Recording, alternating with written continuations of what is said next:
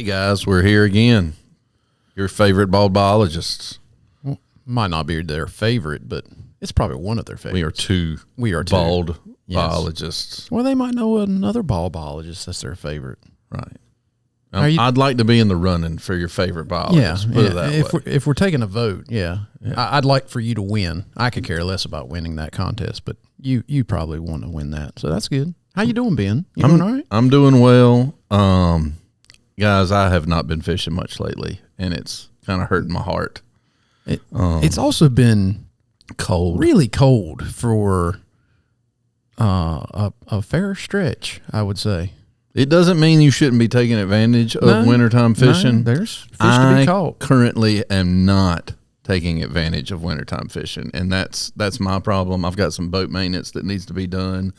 I do too. And cold weather and boat maintenance it's hard to get motivated. It is hard to go lay underneath a boat or inside of a boat to work on something when it's cold. When it's 24 degrees outside.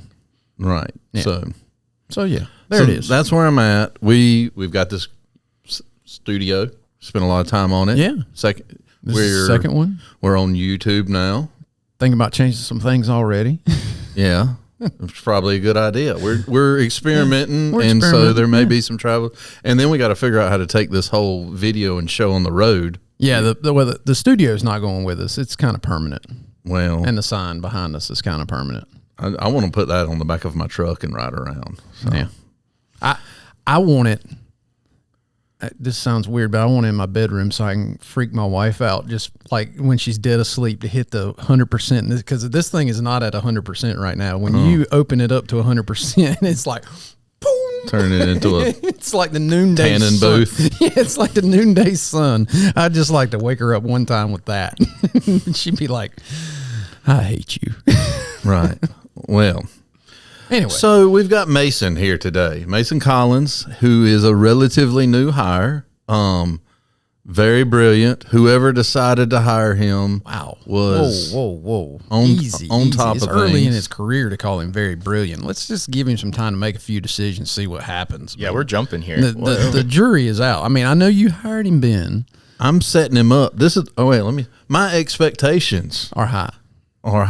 So am I. And so I'm expecting brilliant. So smart guy, has done a lot of good work already. Really excited that he's working with us, and it seems to be a good part of our coastal region team. So how about that? That works. That works. Mason, tell us a little bit about yourself.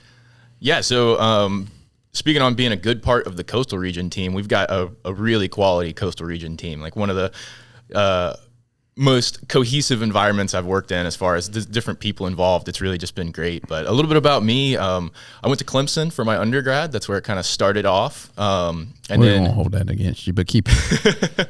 Yeah. So that's kind of where I started my networking and getting involved in different seasonal jobs over the summer. Did my master's work at UNC Wilmington. We won't talk about on what, but you can. Yeah. Totally cool. I did my master's work on flounder now we'll movement. hold it against you. Yeah, now they just wanted me to say it, but now you've made it a thing. Now it's a thing. Now, since you brought it up, Mason. Mm-hmm. No, I'm just kidding. Yeah, but and then I worked in Georgia working on non-game fish. Worked there for a year and ended up here at Wildlife Resources now, working in District 2 under Ben on the coast, doing mainly the noose in the Tar River. So it's my bread and butter. Yep. I love the noose in the Tar River. So you've got a unique perspective. You know, you're a fairly young biologist, but you're also a fairly young biologist that's also worked for two different agencies already in your career. Mm-hmm. So that, I think that offers you a pretty unique perspective. What's that like? It's really interesting getting able to see, I've worked for two different agencies, but I've also worked two different state agencies. I've also worked for the Forest Service up in Alaska as well. So I've been able to see kind of how each different agency does everything a little bit different. Everywhere I've been doesn't do everything the same, and people are have been in these agencies for a really long time. They have like their way of doing things, and you pick up on those things everywhere you go. And so it really brings a lot of different perspectives into a specific job. So here in North Carolina, working with different species than I worked with in Georgia, you can translate a lot of those skills that you learn from one place to another, and it may be a little bit different than the way they do it, which doesn't mean it's wrong or it's bad. And it's been really good working here with people that are open to new ideas and new ways of doing things that some have worked really well and some don't work here. So it's really good to come into a place that has so many experienced people that have been doing things the same way a long time, and they're still open to my good and sometimes not good ideas, and we try them and they don't work, and then we figure out a better way to do it. So how old are you? Just 26. Yeah. 26 years old, has already worked in 3 different places. Yeah, you are ambitious, aren't you? Yeah, that seems like, when you no wonder he's got high hopes for you. When you start out as a fish biologist now, it's like, you kind of start when you're an undergrad doing these summer seasonal jobs. And, sure. And so, I worked for South Carolina DNR for a summer.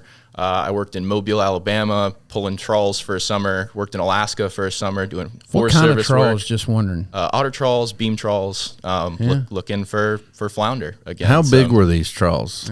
8 foot beam trawls. And then I think we had a 40-foot otter trawl. So, gotcha.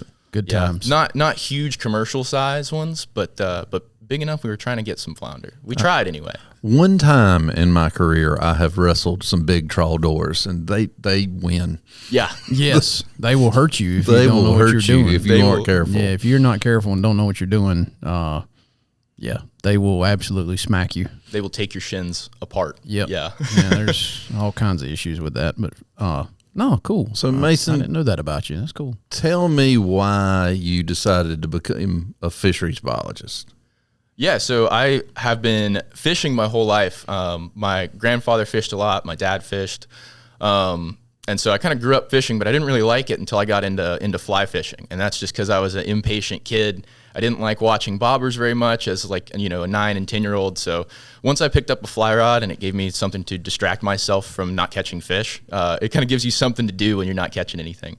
So that really lit a fire for me for going after all the different species that you can. And, I grew up in South Carolina, not too different from the species here, kind of near the Savannah River and the Edisto. Another thing we won't hold against you is that you're from South Carolina. Anyway, there's a couple things he's mentioned that are a push. Clemson, South Carolina.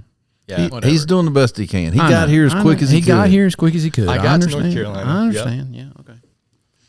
Yeah, but so grew up fishing and especially fly fishing and got into fly fishing for trout on the Saluda outside of Columbia. Good tailwater fishery. Exciting for someone from Aiken, South Carolina doesn't get to fish for trout. That's like 45 minutes away. You can fish for mountain trout. I know we stock some local ponds and lakes here in the wintertime for people to go after that. So kind of a product of people doing the same thing in South Carolina in tailwaters. That really got me into trout fishing. I was able to guide in Montana for a summer, fly fishing guide up there right before college. And that kind of exposed me to some fish biologists up there that were working with bull trout. And then I actually switched my major right before I went to Clemson to fisheries because I wanted to do what they were doing. They were doing exciting work with bull trout up there, asked them kind of how they got to where they were. And that led me to doing fisheries at Clemson, wildlife and fisheries at Clemson, and then getting involved in different research labs there and kind of figuring out what exactly I wanted to do in fisheries. So working a bunch of different jobs all over the place, different locations, different fish, kind of gets to hone you into what you really enjoy doing, what you really like about fisheries work, because you get such a wide breadth. There's so many different things you can do in fisheries. I think it's really good to experience all the different parts of it before you decide, what you actually want to go after. Do you want to work in hatcheries? Do you want to work in warm water? Do you want to work in small stream, cold water, mountain stuff? Do you want to do more fish ecology, fisheries management, that kind of thing? So I kind of tried to experience as much as I could before I kind of pointed in on what I wanted to do. Well, you look like you have a question. No, I don't have a question. No, I actually don't have a question. I just have a comment that, what are we in year 3? Year 3, almost to year 4, almost to year 4, somewhere in that range. It's awesome that we don't know. Yeah, I can't remember anymore. But we're in year 3, and we've had a lot of different fish biologists come on this podcast, and we ask them fairly similar questions when they first come on for the first time. And it's amazing how no matter the walk of life of where they came from, what state they were in. I mean, we got people from Iowa, we got people from all over the Southeast, we got people from up north that come and been on the podcast. There's always something or someone that spurred that interest initially, right? You know, like for you, it was your granddad. Mm-hmm. You know, for me, it was my dad. For you, it was your dad. My dad, my granddad. There's that mentor aspect that happens, but then there's this. So it starts early. Generally, it starts early in their life, but then it's like this. You get to this place where it's just like an explosion, like you've been all over the place. And I think everybody kind of does that at some level. It might not be quite as broad as you know, going to Montana and going to, you know, all these different places, but there's like this explosion of different things that you want to try. You just get so excited about, you know, being in the field and figuring it out. And that was the way I was, the way Ben was. You know, it's like, ooh, that's cool, let's do that. Ooh, that's cool, let's do that. You know, until you finally figure out, all right, I actually want to do this. So I like hearing your story because it reminds me of me when I was young. I'm not young anymore, but it seems like every fish biologist that we've had on this podcast has gone through that process in some way. So for you young people out there, if you happen to be listening to us and want to, this is why I said all this, I rambled for all of this moment right here. You know, there's somebody that you can attach to as you're young that will teach you the outdoors and expose you to the outdoors. You just got to find it if it's not there in front of you. But if you're listening to our podcast, you probably already have that. But then, I hope so. But then on top of that, go experience all these different things. You know, like go out and do different stuff and go to different places. And it's great to be in your backyard and the things that are convenient. But if you get that opportunity to go to like a tail race fishery, to go trout fishing because you've never done that before, go do it. You know, like there's opportunities in our state that you might not be aware of. Contact your local biologist and be like, hey, I'd like to go do this or go experience this. Where can I go find that? You know, and we'll hook you up and figure out how to get you there, you know, tell you how to get there at least, you know, and you can experience that. Like if you've never done mountain trout fishing, we can tell you the closest place to go mountain trout fishing. If you've never done bluegill fishing, we can tell you the closest place to your house to go bluegill fishing, you know, so just contact us. And anyway, sorry, little soapbox, apologize. I like it. Yeah. You got while that. You can make take advantage of these opportunities for sure. Because eventually you'll be running a podcast and you won't have time to do anything. Yeah, eventually you'll have a job and a family and all that. I mean, I hope you do. You know? That's wonderful and too. All those things are wonderful too. But you know, while you're young, you know, take that opportunity to explore different opportunities that are out there. Yeah. So Mason has been with the Wildlife Commission. Many of you may recall back to when we had TD on the podcast. Mason works with TD. Two totally different people. Very passionate. Both of them, yes. And but y'all may remember TD talked about catfish. He loves the Tar River.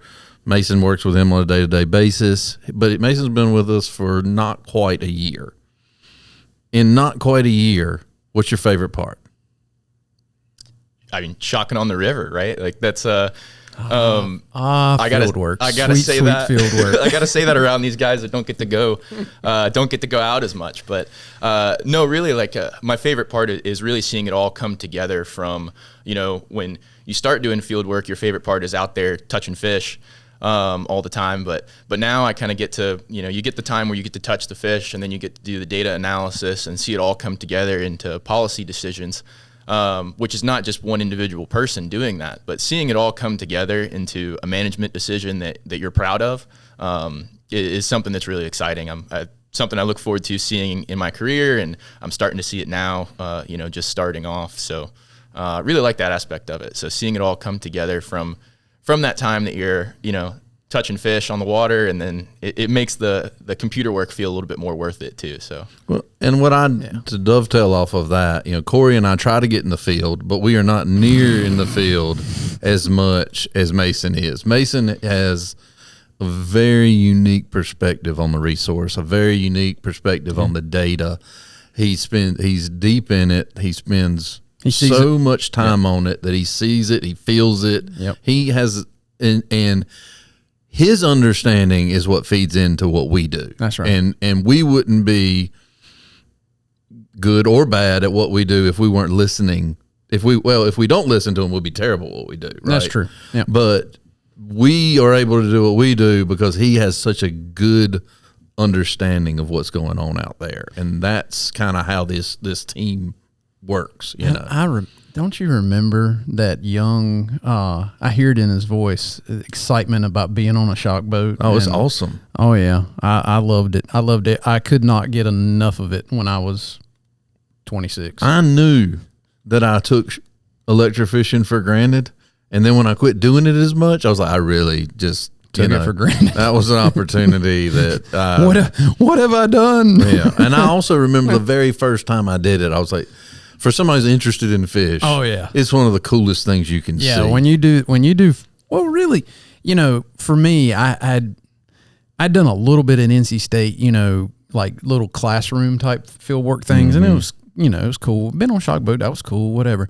But it wasn't until that first like true field work job where it's like every day you're outside and every day you're putting your hands on fish, and you know, it like such an exposure to me that, I mean, I saw animals I'd never seen before. Sure. You know, and you're like, oh man, this is like super cool. And that's really what got me into this field, really and truly, was my first internship. It was with marine fisheries. And man, it wasn't uncommon to see 50, 60 species of fish a day. You know, things I'd never heard of or seen before. And I was like, man, that's cool. That's cool. That's cool. Let's learn about that. What's that over there? You know, kind of thing. And so, yeah, I get it. I love being on a boat. I am not on a boat anymore. The other thing is unless it's my own. Field season, which is predominantly in the spring and the fall. Field season, it's 2 guys. It's 20 counties.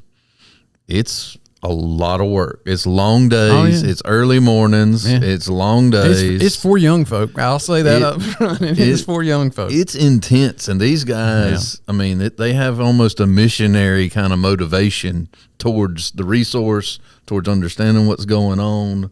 Yeah. And these guys work really, really hard, you know, and they have to get the data we need. So, what is in less than a year, what do you think are the more challenging parts of your position? Yeah, the more challenging parts are, you know, the times on the shock boat where we, as far as field work goes, where we go to a spot where fish should be, this should be where they are, this is where we've seen them in the past, and you flip the switch and it's just not what you thought. So a lot of times you think if you're out there just hook and line fishing, you're like, man, if I could just flip a switch and see where these fish were, they'd be right in front of me. That's not necessarily the case sometimes. So sometimes it takes a little more work than you would think to figure out where these fish are and what they're doing. And being new to an area like this, you know, I really have to lean on TD for that, and he's been great trying to find these fish and stuff. But when I first came on, we had a little difficulty, and then we kind of figured it out. So that's been challenging, but really like a challenging part that I foresee coming up is, you know, being part of seeing reductions in fisheries. That's kind of a way a lot of fisheries are going nowadays with so many people fishing. You know, we're seeing across a lot of states different things are changing, and seeing that change for reductions, it's hard to see, and it's hard to be a part of from that aspect of it. But you know, you're doing right by the resource if you're doing your job right. So it has kind of a light at the end of the tunnel, but it is kind of hard to see those reductions take place. Yeah. That's a good answer. I like it. Yeah, no, that's good. I honestly thought that he was going to say the most challenging thing was you being a supervisor. But that can't be a cakewalk. He didn't go there, which kudos to him. I mean, he knows where his bread is buttered, so to speak. You know, don't throw your supervisor under the bus on live TV, but I'll do it. We understand, Mason. It's okay. I know what it's like to have a challenging supervisor. He does. He does. Yeah, he does, for sure. One more thing. How do you fill your free time? What do you like to do when you're not collecting fish and crunching numbers and doing statistical analysis and, you know, pulling odorless and aging fish, looking at a microscope? He does all those things, but you get like a few minutes of spare time a week, right? And how do you fill that time? Yeah, so I fill my spare time here. I fish and I hunt a lot. Those are two things my wife will tell you for sure. And you're married. Oh, yeah. wow. Yeah.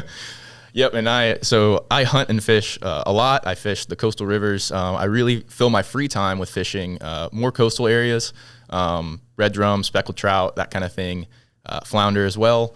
And lately I've been doing a lot of duck hunting. So one good thing about fisheries work is it is very seasonal. So while we do work a ton in the spring and a ton in the fall, in the wintertime, we do get some time to get off and do some duck hunting or some deer hunting and that kind of thing. So I've been really lucky to do a lot of deer hunting and duck hunting this year. When I first got here in the summer, I was able to explore the red drum on the coast a little bit with Ben's help. So yeah, it's been great to fill my free time with all the great opportunities that North Carolina has to offer. I kind of got to explore that in my master's in Wilmington, and so now being a little bit farther up the coast, I get to explore it a little bit more. So we got a biologist that's one of you guys, is kind of what I wanted y'all to hear, is that this guy, he hunts, he fishes, he's scrambling to find places to hunt, he's scrambling to find places to fish. So I mean, he's a lot like me. He's a lot like those of you that listen to this. So You didn't say it was a lot like me. he's a lot like Corey. I don't know what that means. But anyway, he's a lot like a... Corey tries to squirrel away and fish. I mean, I don't get a troutcation, but he does. So, If you'd like to know how to do a troutcation, you can write me at Two Bald Biologists at ncwildlife.org. I can show you how to do it. I'm busy chasing deers. This is what happens. So. But yeah, I mean, not all of us do that work for the Wildlife Commission, but a vast majority are in some ways tied to the outdoors. Sure. That's how this all started, so to speak, which goes back to what you were talking about at the very beginning. I'm trying to think, like, I can't come. I'm sure somebody on our staff is that way, but everybody that I'm thinking of right now, either they hunt, they fish, they like hiking, they backpack, they do something. They do something that's outdoorsy that kind of falls into the work that we do as well. So I just don't get to do it as often as I'd like. Amen. But that's not because somebody's holding me back. I'm generally holding myself back because I'm either working or doing something else. Right. Yeah. So do we want to talk about? Do we want to keep talking about Mason, or we want to talk about? No, I'm tired of talking about Mason. Mason, would you like to continue to talk about Mason? I mean, No, let's move on to what you got here. Point number 1 here. Yeah, point number 1. So we get these questions a lot. You guys have submitted questions. I run into folks. We're going to talk about fish harvest generally, because we get a lot of questions of, well, should I harvest a fish? Should I not? Is it right to harvest a fish? And so I thought, there's some moral implications. There's some social implications. There's clearly some legal. We have rules about fish and fish harvest. we do.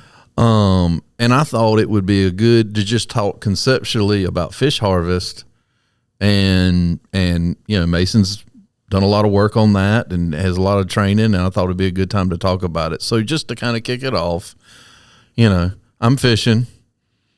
Can I keep some fish? Yes, definitely. Oh, what do you think, Corey? That's the end of the podcast. We're done. God bless. We're Good done. night. Yeah, sure. It's going to depend on the species. It's going to depend on the size. It's going to depend on a lot of where you are, location, where you're located. Sometimes it depends on that. Yeah, it's totally okay to keep It's fish. totally okay. We're out there. Mason's out there doing fish surveys, and the regs are based on that data, and they are set at certain levels that the attempt is to make sure that these fish are at sustainable harvest levels. And it's also our biggest management tool. Yeah, I think the one thing I would say going into this conversation, I was thinking about it a little bit this morning, first thing, is that the reason I want to talk about this topic is that it is got some social implications. There's people that are dead set for it. There's people that are dead set against it. And there's kind of the people that are in between, like me and you, for example. I mean, I like eating fish, so I do keep fish. I mean, I'm just saying. Mason, are you hungry? Yeah, Always hungry. I'm hungry. He's right hungry now. right now. Yeah, I know. And I've I been could in the eat field. fish. I mean, I could. I mean, if somebody had a fryer out back, let's fry something up. Let's do it. You know. I mean, seriously. But that's fine to have that viewpoint, right? Like whatever viewpoint. I just described, if you're for it, against it, or somewhere in between, all of that is fine. Yeah. Please stop guilt tripping other people because they don't have your viewpoint on this topic. Yeah. I see social media loaded with, well, you shouldn't have kept that fish, or you should keep more, or why did you release them? Or, I mean, you see this kind of like shaming going on amongst anglers. And I'm like, hey guys, can we all just get along? Because I mean, there's certain people that are like, I'll call them out. I don't care. Write me, Two Bald Biologists, ncwildlife.org. It's getting deep quick. Yeah, getting deep quick. Sorry, I'm on my soapbox all of a sudden. Didn't realize it. Am I getting higher in the screenshot? I don't know. But I'll see bass anglers, for example. Somebody kept a bunch of Alabama bass, put it online. There's bass anglers that'll shame that person. I see trophy catfish anglers where somebody kept a 20-pound. It's the biggest catfish they've ever caught in their life, and they kept that fish, and they'll shame them for keeping that fish. I see coastal guys online, because that's more my jam, whether it's trout, or like speckled trout. They catch over a 20-inch speckled trout. You're supposed to release, that whole mantra of release everything over 20 inches. Well, the dude just caught a trophy trout that he's never caught before, and it's legal for him to keep that fish. Why are you shaming him for doing that? I'm sorry, I'm on my soapbox, but we just got to. We as anglers, I'm talking about anglers. I'm not talking about wildlife commission and biologists and all that, but we as anglers got to learn to get along better than we do sometimes. Sorry, I'm over now. You're doing great. I'm gonna let Mason talk for a minute.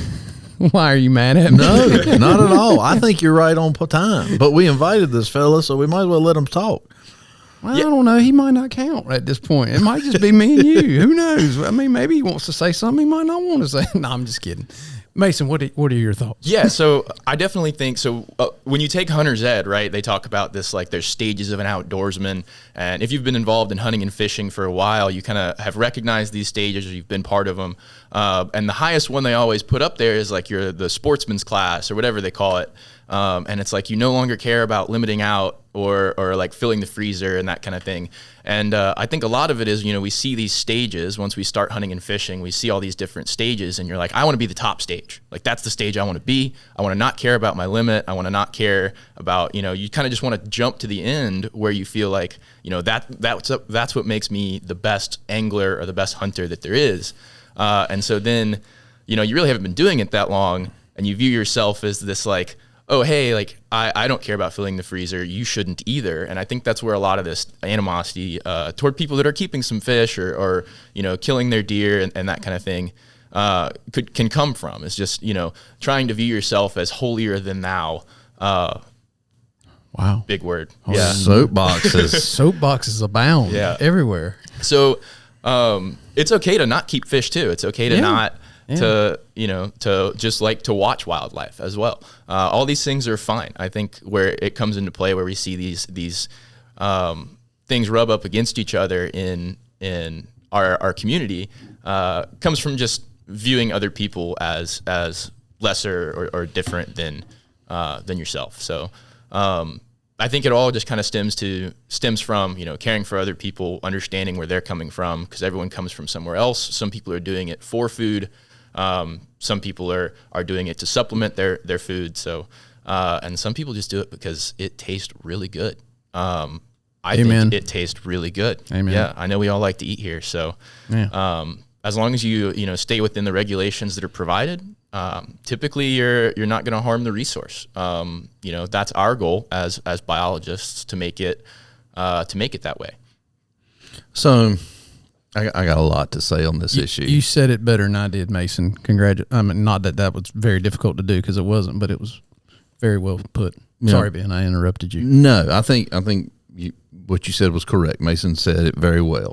He did. And so did you. Y'all both did a great job. I appreciate it. That's his supervisor. Right. Yeah. From my perspective, one, to dovetail off what Corey just said, if you harvest a fish legally, you should have no animosity, hard feelings. There's nothing wrong with legal harvest of fish. If you break the law, maybe you should be subject to ridicule. Yes, at least. I don't disagree with that. And maybe a blue light ticket at some Yes, point, I blue light agree. special. But there's this other level, of fish harvest that people think about. I grew up with my granddad's having farm ponds that were private water where there weren't really any rules. And we could do what we wanted to. And even there it was, listen, we're going to take what we need and we're going to turn loose the rest. I tell folks that harvest really, at the end of the day, is about getting what you need and turning loose the rest. I mean, if you are legally harvesting, I can't throw shade at you one way or the other. No. It doesn't matter. You shouldn't feel wrong about legally harvesting. Now, the next step of that is this moral, ethical, should you or shouldn't you? And what I would say is, as long as you're getting what you need, and you're within the rules, that's not a problem. Legally, if you're getting what you need, if you're harvesting legally, it's not a problem. Now we're in this different world after that. Should I harvest every fish that I can? Well, legally you can. But if I have fish in my freezer that are going freezer burnt, Maybe I shouldn't. I should turn a few fish loose. That's right. That's a personal choice that you have to make for yourself. And there's really not, that's what it is. It's a value situation. It's a at that point. value judgment for sure. And that's the gray area that we all get caught in, is people that are putting values on somebody else's harvest on social media. But really in the end, it's a value that we have to do for ourselves. It's a personal value decision that you internal. have to decide on. That's right. And whatever you decide, as long as it's legal, it's fine.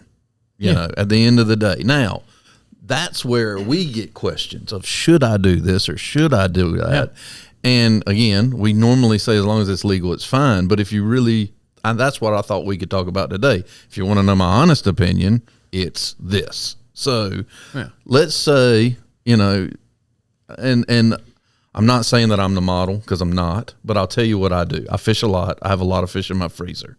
I get a certain amount of fish, and after that, I might keep one to eat fresh for dinner that week, and that's it. That's what I do. That's what we grew up doing. I grew up catching a significant amount of striped bass in the Roanoke River and in Lake Gaston and in Roanoke Rapids Lake. And at some point in the year, it was like, I do not need to clean another fish. Yeah. I just don't need it. Can I? Sure. But I don't have to. My family doesn't need it. So we're going to catch and release for the next 2 months until we need some more fillets. Yeah. I would say my ethic is pretty similar to that. Growing up, we sunfish fish. Everybody's listening to podcasts knows that. That was our jam. My dad and I's jam. We might eat fish once every 6 to 8 trips or something like that. We didn't keep a lot, one, because who wants to clean a bunch of bluegill? But it was the work aspect more than it was the eating aspect. But we'd keep some from time to time. Now, in my adult life, I keep very little other than my troutcation. Now, during troutcation, I keep fish because that's going to feed me through, because I don't get to go very often. That's going to feed me through the year. And that's the other side of it, right? I literally will eat that all year long. If you fish 100 days a year, I don't. There will probably be days that you don't need to keep fish. No. If you fish 4 days a year, you should not feel ashamed for keeping your limit on all 4 of those days if you're lucky enough to do so. Yeah, you know me. I go that 2 weeks is pretty solid, and then I sporadically fish throughout the year. I'm opportunistic, basically. Wherever I am, I might go I might go with you if I'm at the coast or whatever. But that's how I've done. But I don't want to clean fish every time I go fishing. I'll just be honest with you. That's just not something I want to do. But in general, I would tell people if it's legal to do, you can do it. But yes, it is a judgment. It is a value decision. Should you do this every time you go? And I do know people that they basically keep fish every time they go fishing.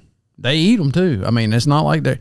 I think for me, it goes back to what my father taught me when I was in the outdoors. That if you kill it, you're eating it. Mm-hmm. Whether that's a fish or a bird or a whatever, you are going to utilize that animal You're not just killing it to kill it. You're not just harvesting it to harvest it just to be that way. Like if we, if you keep that 4-inch bluegill, we're cleaning that 4-inch bluegill when we get home, and you're going to eat it. So make that judgment. Do you want to clean that or not? One. And I've lived by that, and I've taught that to my son. We're not just going to be taking something to be taking something just because we can, so to speak. Mason, you got anything to add to this? Yeah, for sure. Definitely. When I started out fishing, I started fly fishing, and that's a community that you talk about it being weird to keep a fish. They keep a lot of fish. Yeah, they do. I mean, it's not a lot of fly what they do. fishers are predominantly catch and release guys, and there's an ethic in there that has been fostered, where a lot of fly fishermen think it's somehow wrong to keep a fish. Yeah. Right, yeah, and I think a lot of that comes from, fishing these small native brook trout populations that, might not be able to support a ton of harvest, that kind of thing. They're always looking out for the resource that way, trying to put themselves, conservation first, that kind of thing. So I keep more fish now than I ever did when I was younger. And that's just, I'm moving more toward coastal rivers, catfish, striped bass, that kind of thing. A little more bang for your buck when you clean one of those too. So yeah, I mean, I think if you think that you shouldn't, then don't. Yeah. And if that's your ethic, then don't. Yeah, don't violate your ethic for sure. That'd be a horrible thing to do. But it's not wrong or right, and it's not, as long as it's legal. Now, then you start to get into what you said, is there's this perception that maybe this population isn't doing as well as it could. Yeah.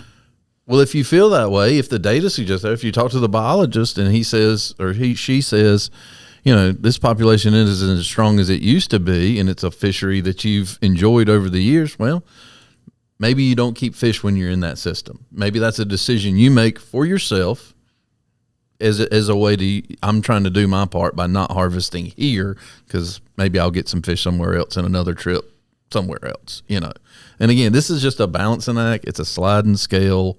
There's not a right or wrong answer, but if you feel that you should, then you shouldn't. And I'll say, we've talked about the harvest side, that side of the pendulum. You go to the other side of the pendulum, the release side. There's been a lot of angling groups that are very well intentioned, and some of it has been accurate well intentions. You go back to the early days of BASS and Ray Scott. Catch and release. There was a reason for that.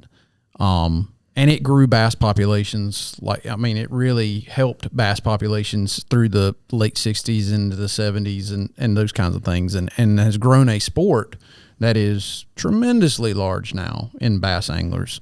And you look at, go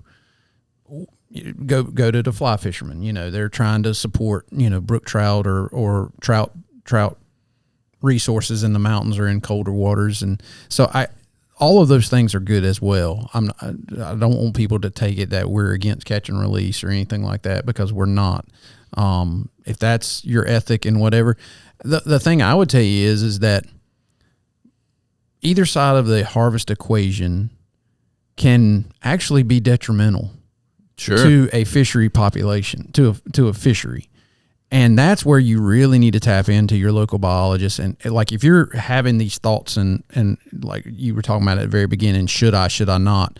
If you're having these thoughts, actually talk to that local biologist about that population, whether it's like striped bass on a river or trout or whatever, or bass, for example, largemouth.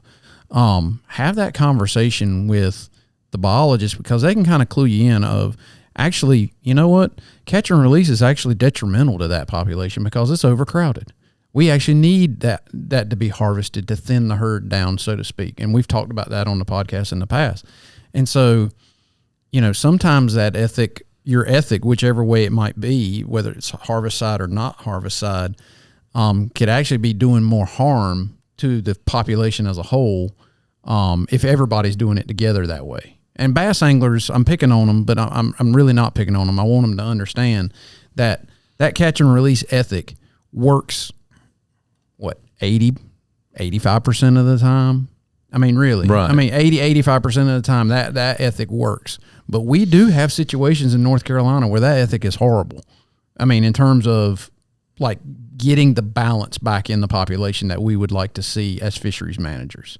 And we are changing rules to try to open up harvest on those areas. But as we've talked about the previous podcast, and as we've talked about in other podcasts, if you don't do the rule, you know, if I'm not changing what you do by changing the rule, then the rule is useless. Right. You know, if I haven't changed your behavior, you know, and actually make you think about harvesting that fish, you're still catching and releasing. Because I've had conversations with guys at boat ramps that are fishing for bass, and sometimes they're tournament fishermen, sometimes they're not, but the bass ethic is kind of your best 5 of the day. And I'd be talking to them at the boat ramp, and they're like, yeah, it's not so great. And I'm like, yeah, the fishery's actually, you know, kind of stunted. It needs harvest.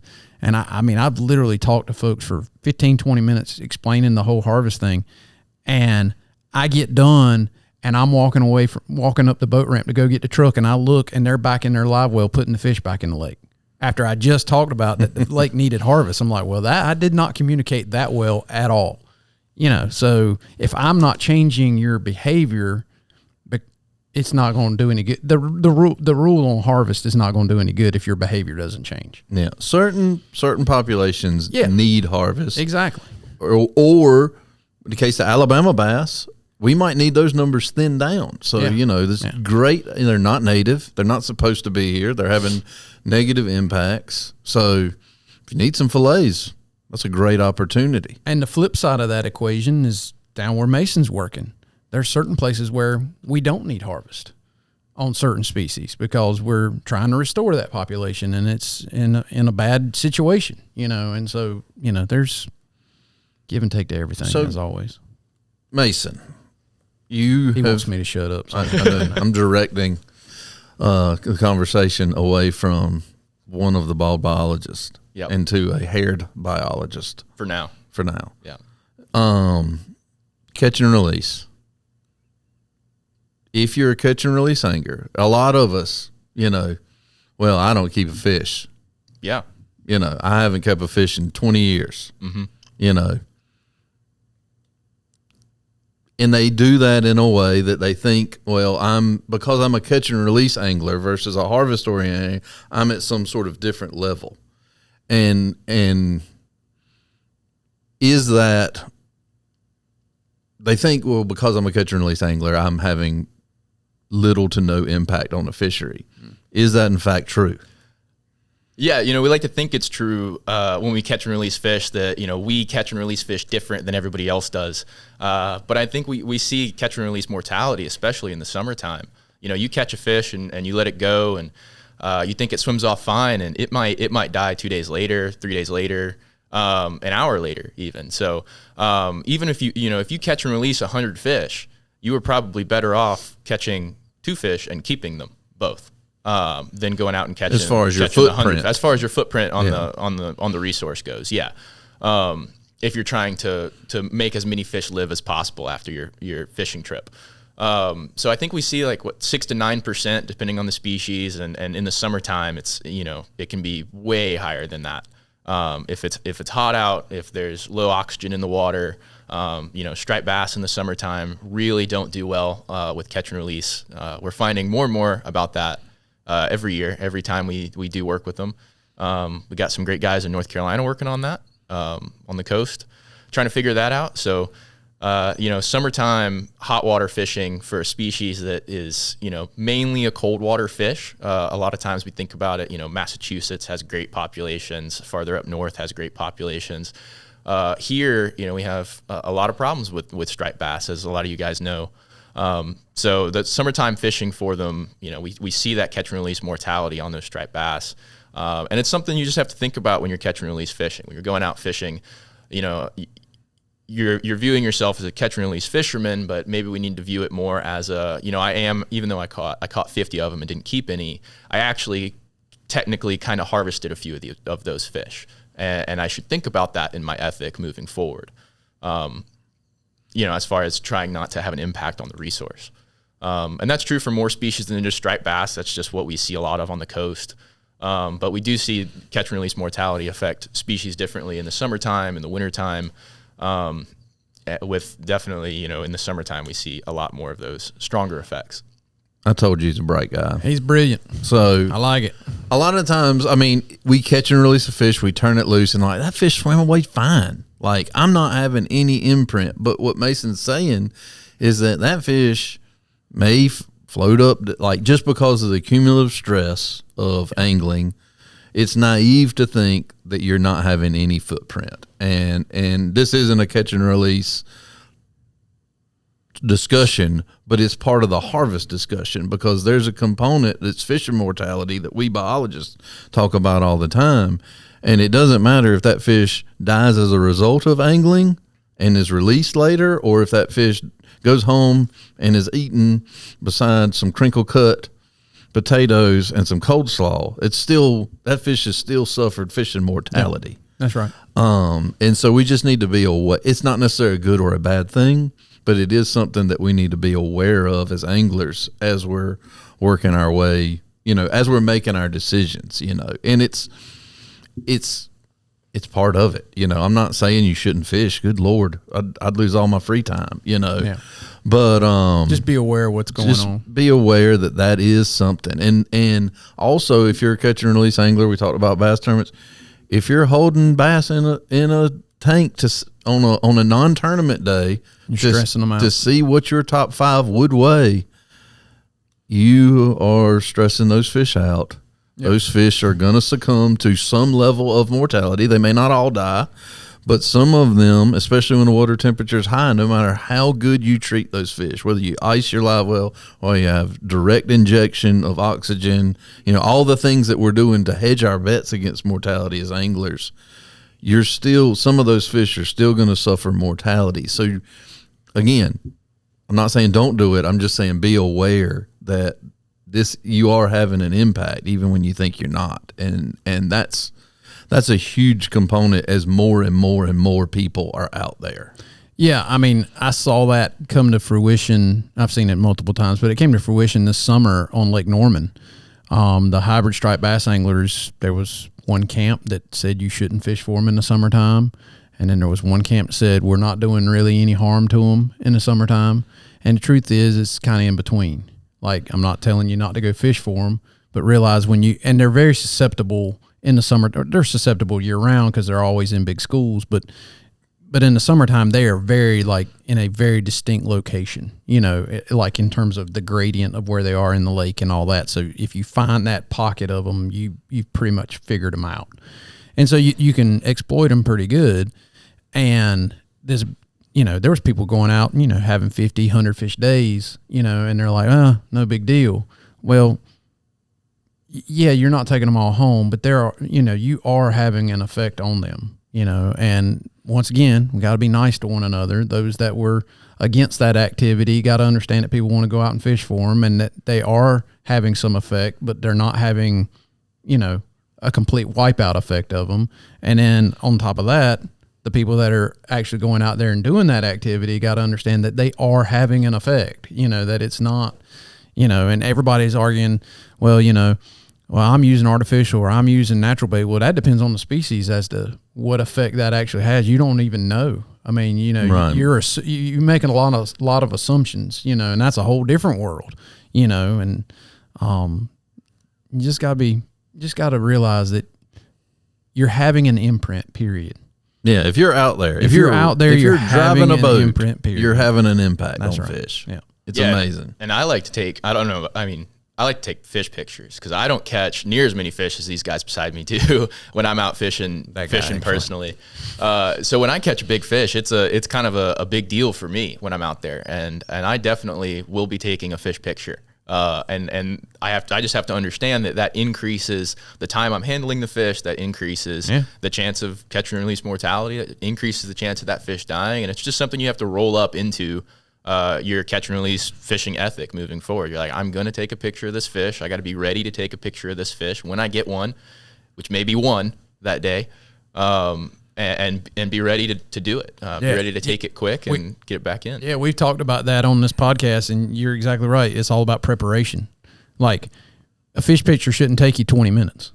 Right. You know, it should take you 30 to 60 seconds. Yeah, You know, as fast as possible. as fast as possible to get it in and out and be done. Because fish need water. Boom. Boom. We can end the podcast right now. I knew that was going to come up. Mason, let's change gears a Keep little using bit. your name because he doesn't want me to talk. I'll just sit over here in the corner, Ben. That's fine.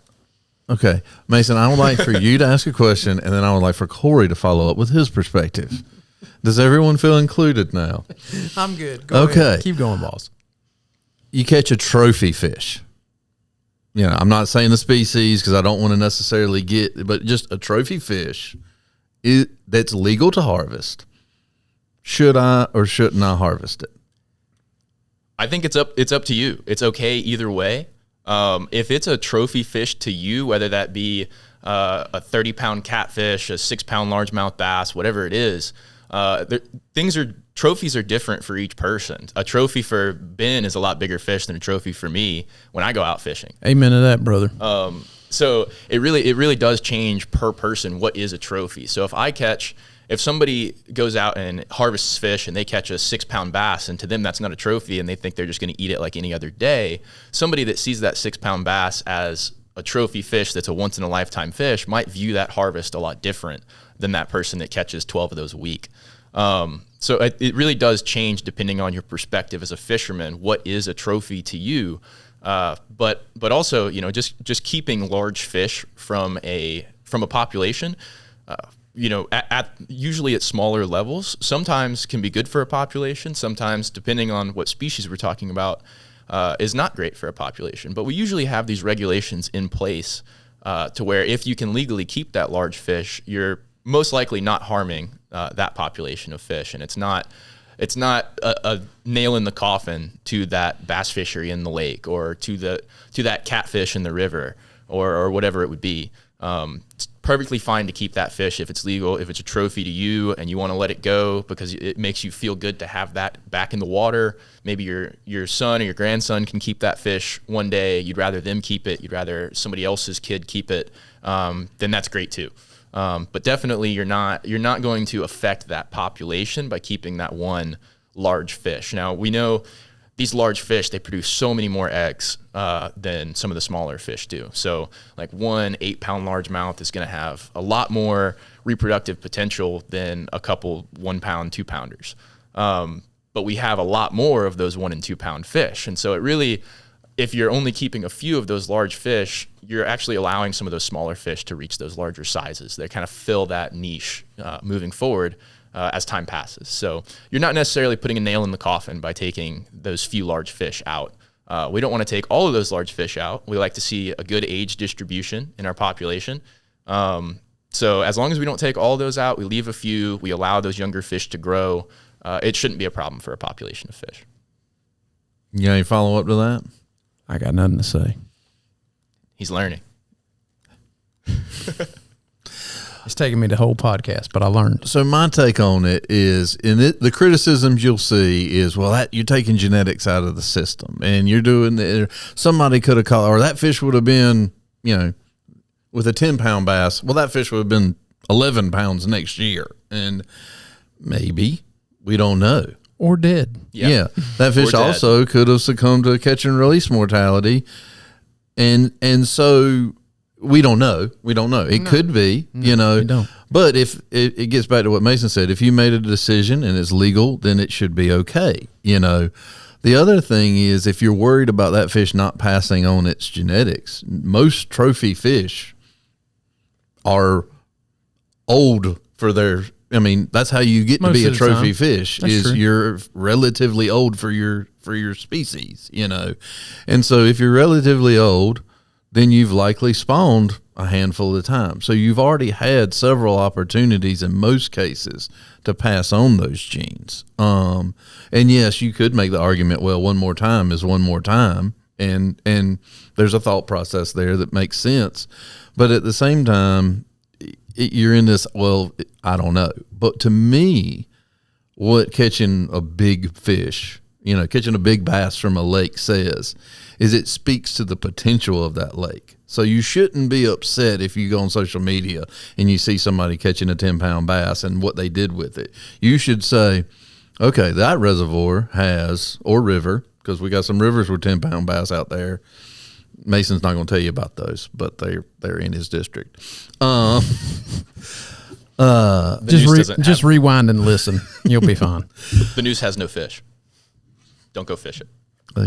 He's leading you down a primrose path. Mm-hmm. But that fish has passed on its genes. That fish is indicative, and that's what it means to me. We as fish biologists don't really think of fish on the individual level unless we're fishing on the weekend. We think of fish on a population level. And so what that large fish is indicative of is good growth, good genetics, relatively low mortality, adequate forage, probably above adequate forage for a trophy fish. So it's indicating that that's a strong place. So instead of being mad that someone harvested a fish, you should be like, cha-ching, now I know where to go look. Right. So you should be happy that you're fortunate enough to be close to a place that's producing fish like that. So it speaks more, instead of thinking that harvest was bad, you should say, man, this is awesome. This is an opportunity, Yeah, and a lot of time in reservoirs too, especially,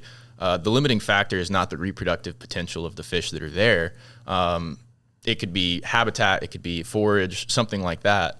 But usually it's not the reproductive potential of the fish that are in that lake. So just taking one or even a few of those large fish out, you're not really reducing the reproductive potential to a spot that would be dangerous for the fishery.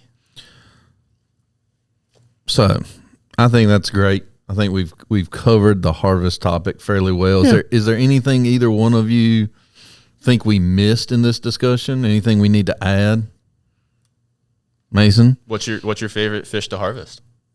What do you mine's guys harvest? trout. This is trout. I eat a lot of redfish. I used to eat a lot of striped bass. I like them all. I don't necessarily I just keep fish as I need them, and wherever I encounter them, it just depends. But yeah, I don't know that I really have a favorite. It's just the ones I encounter. Yeah, it's whatever become my favorite. Whatever you're fishing for. Yeah. Right. I think the one take home I would tell people is we as anglers need to kind of band together and be kind to one another when it comes to this topic, and don't shame people. Yes. Whatever they're doing, don't shame them. I mean, if they're doing something illegal, then not shame them, but point out that they're doing something illegal. Educate them. But beyond that, just everybody's got their own ethic, and it's okay. Right. Yeah. As long as you're not breaking the law, harvest some fish. Yeah. It's also in closing, I will say it's also not your responsibility to feed your entire community. That is true. If you don't have a home for those fish, then put them back in the water. All right, pop. Yeah. That's what I'm saying. Not that you can't take, your aunt some fish from time to time. That's but right. Just, moderation is always is a nice thing to have. Shipping them all over the place for Christmas presents. And Here's your pickled herring. Yep. Right. Let's talk about some questions from our listeners. All right. Just a reminder, everybody, if you want to write in, you can always email us at twobaldbiologists@ncwildlife.org, and Ben will answer the bulk of them, and I will try to answer ones that come across my desk that I still have time for. And I'll send them to whoever. Yeah. And I mean, you guys have been great. Yeah, it's been great. If you haven't gotten an answer to a question, send it to me again, because every once in a while something does slide through the cracks. That's right. But I've tried to be as diligent as possible to get you guys an answer or in contact with the person with the answer as fast as possible. So if you have fallen short, or if I have fallen short with you, you just let me know.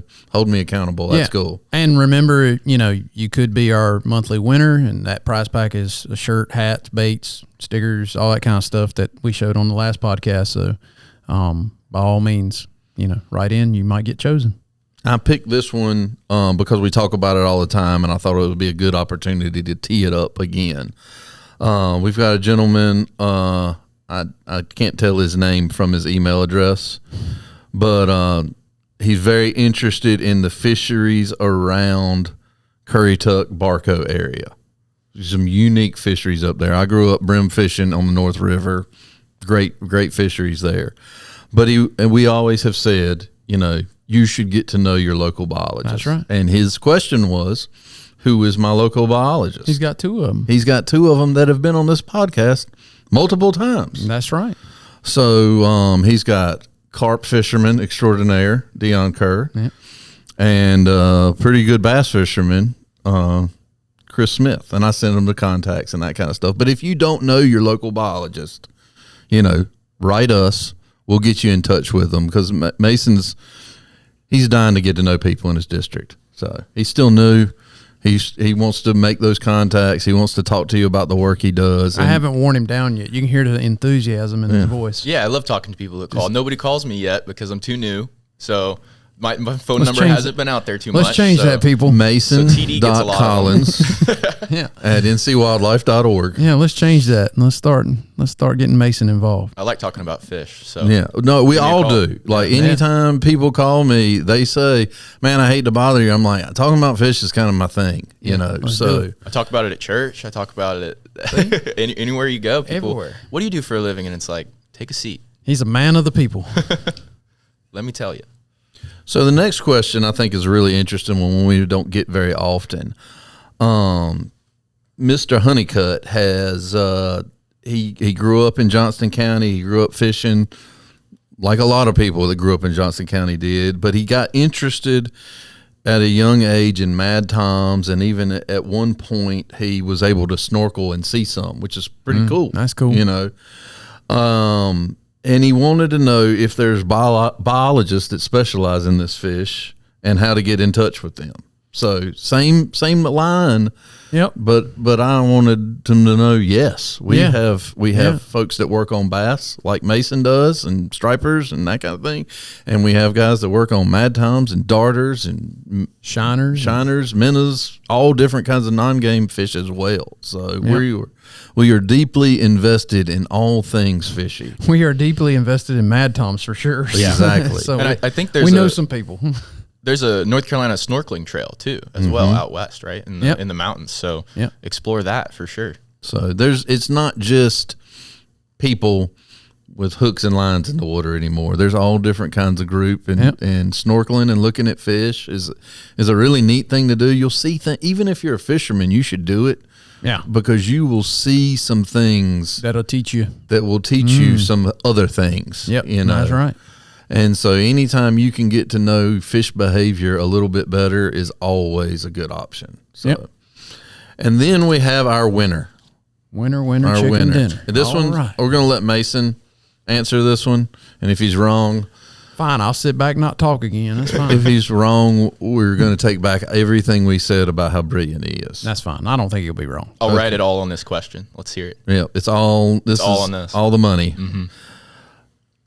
Mr. Privet has caught a striped bass, and he wants to know if there's a way you can tell if it was a wild striped bass or if it was a hatchery reared striped bass, just visually. Come on, Mason. Just visually? Yes.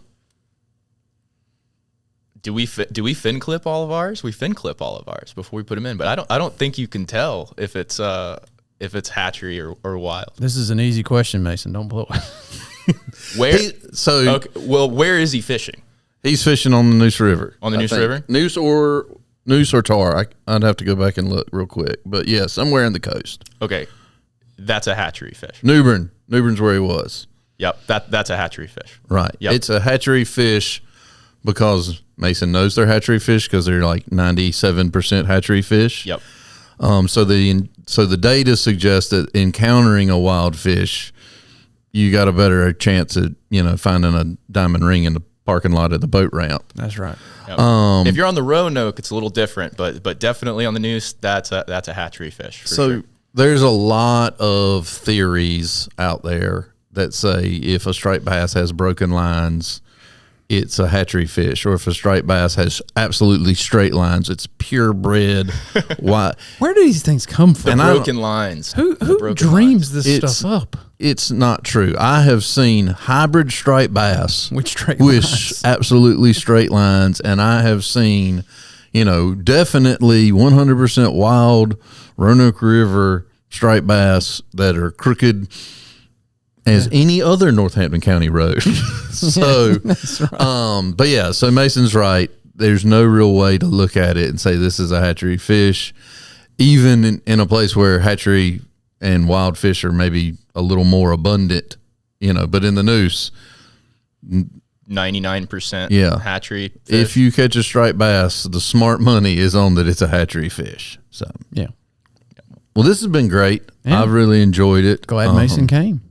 Mason, And you too, Ben. I'm glad you came as well. well, As always. this is my jam. Like, this is I what we know, do now. yeah. We talk to folks, Yeah. and we enjoy it. Who knew 3.5 years ago? We've been at a bunch of expos talking to people here lately. It's been even more fun to talk to you guys face to face. Yeah. We've had a lot of fun with this. So, in closing, though, do either one of you have anything to add? I do not. Mason, you got anything else? No, just thank you for everyone that I work with coming on and being so welcoming. It's been a great place to start work. And I'm excited to hit the ground running in the spring for our spring sampling. So, Right. Well, it's been great so far. It's been great. We don't plan on sending you back to South Carolina. No, we wouldn't do that to So you. we'll keep you here. Yeah. We'll send you your North Carolina merit badge. yep. You got to be here a full year. I Yeah. mean, Well, I guess you have been a full year because you went to UNCW. But anyway. Right. But no, it's been great. Really appreciate you coming on the show. And with that, you guys get out there and catch some fish. We'll see you soon.